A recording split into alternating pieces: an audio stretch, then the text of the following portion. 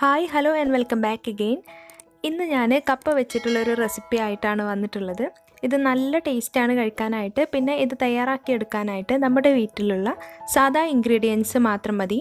അപ്പോൾ കപ്പ കിട്ടിയാൽ നിങ്ങൾ ഇതുവരെ ഇങ്ങനെ ഒരു ഡിഷ് ട്രൈ ചെയ്ത് നോക്കിയിട്ടില്ലെങ്കിൽ എന്തായാലും ട്രൈ ചെയ്ത് നോക്കണം.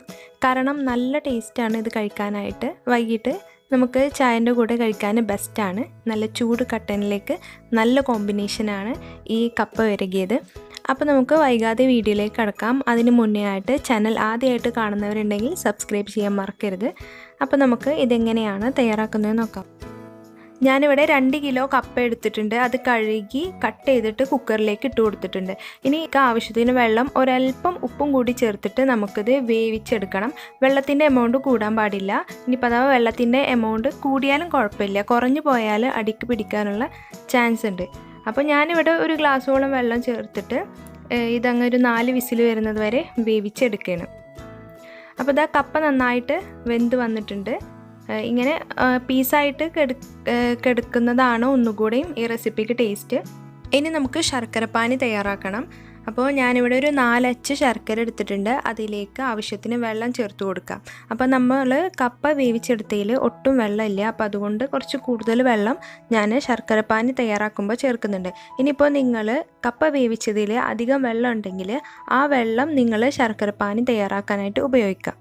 അപ്പോൾ അങ്ങനെ ചെയ്യുമ്പോൾ ഈ വെള്ളത്തിൻ്റെ എമൗണ്ട് ടാലി ആവും. ഇനി ഈ ശർക്കരയൊക്കെ ഒന്ന് ഉരുകാനായിട്ട് വെയിറ്റ് ചെയ്യണം. അപ്പോൾ നിങ്ങൾക്ക് ശർക്കര വേണമെങ്കിൽ ശർക്കര ചേർക്കാം. ഇനിയിപ്പോൾ പഞ്ചസാര വേണമെങ്കിൽ പഞ്ചസാര ചേർക്കാം. പക്ഷേ ഞാൻ പ്രിഫർ ചെയ്യുക ശർക്കരയാണ് ഒന്നും കൂടെ നല്ലത്. നല്ലൊരു കളറിനും പിന്നെ നമുക്ക് ഹെൽത്തി ആയിട്ടും ശർക്കരയല്ലേ ഒന്നും കൂടെ പഞ്ചസാരനേക്കാളും നല്ലത്. അപ്പോൾ ഇതാ നമ്മുടെ ശർക്കരയൊക്കെ അത്യാവശ്യം ഉരുകി വന്നിട്ടുണ്ട്. ഇനി നമുക്ക് ഇത് ഒരു അരിപ്പയിലൂടെ അങ്ങ് അരിച്ചിട്ട് ഇതിലേക്ക് ചേർക്കണം. അതിലെന്തെങ്കിലും കല്ല് പിന്നെ എന്തെങ്കിലും വേസ്റ്റൊക്കെ ഉണ്ടെങ്കിൽ അങ്ങനെ അങ്ങ് പൊക്കോളും. നമുക്കിത് ഒന്ന് അരിച്ചെടുക്കാം. ഇനി നമുക്കിതിലേക്ക് ചേർക്കേണ്ടത് തേങ്ങയാണ്. ഇപ്പോൾ ഞാൻ ഇതിലേക്ക് ഒരു അരമുറി തേങ്ങ എടുത്തിട്ടുണ്ട്. അത് ചിരകിയത് ഇതിലേക്ക് ചേർത്ത് കൊടുക്കണം. അപ്പോൾ ഇതിന് ഇങ്ങനെ മെഷർമെൻ്റ് ഒന്നുമില്ല, ഇത്ര ശർക്കര എടുക്കണം ഇത്ര തേങ്ങ എടുക്കണം എന്ന് അളവൊന്നുമില്ല. ശർക്കര നിങ്ങളുടെ മധുരത്തിനനുസരിച്ചിട്ട് എടുക്കുക.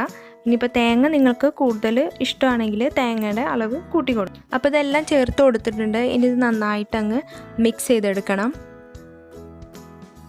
ഈ തേങ്ങയും ശർക്കരയും ഒക്കെ ഈ കപ്പയിലൊക്കെ നന്നായിട്ടങ്ങ് മിക്സ് ആവണം. അതുവരെ നമുക്ക് ഇതിലിട്ട് മിക്സ് ചെയ്തെടുക്കാം. അപ്പോൾ ഇത് റെഡി ആയിട്ടുണ്ട്. ഇനി നമുക്കിത് സെർവ് ചെയ്യാം. നല്ല ചൂട് കട്ടനിലേക്ക് ദ ബെസ്റ്റ് കോമ്പിനേഷനാണ്. അപ്പോൾ നിങ്ങൾ എന്തായാലും ഇങ്ങനെ കപ്പ ട്രൈ ചെയ്ത് നോക്കിയിട്ടില്ലെങ്കിൽ എന്തായാലും ട്രൈ ചെയ്ത് നോക്കണം. ട്രൈ ചെയ്തിട്ട് ഫീഡ്ബാക്ക് അറിയിക്കാൻ മറക്കരുത്. ഇത് ചെറിയ ചൂടോടെ തന്നെ കഴിക്കാൻ നോക്കും. അപ്പോൾ എല്ലാവർക്കും ഇന്നത്തെ ഈ വീഡിയോ ഇഷ്ടപ്പെട്ടെന്ന് വിശ്വസിക്കുന്നു. ഇഷ്ടമായാൽ ലൈക്ക് ചെയ്യാനും ഷെയർ ചെയ്യാനും പിന്നെ വീഡിയോ ആദ്യമായിട്ട് കാണുന്നവരുണ്ടെങ്കിൽ സബ്സ്ക്രൈബ് ചെയ്യാനും മറക്കരുത്. താങ്ക്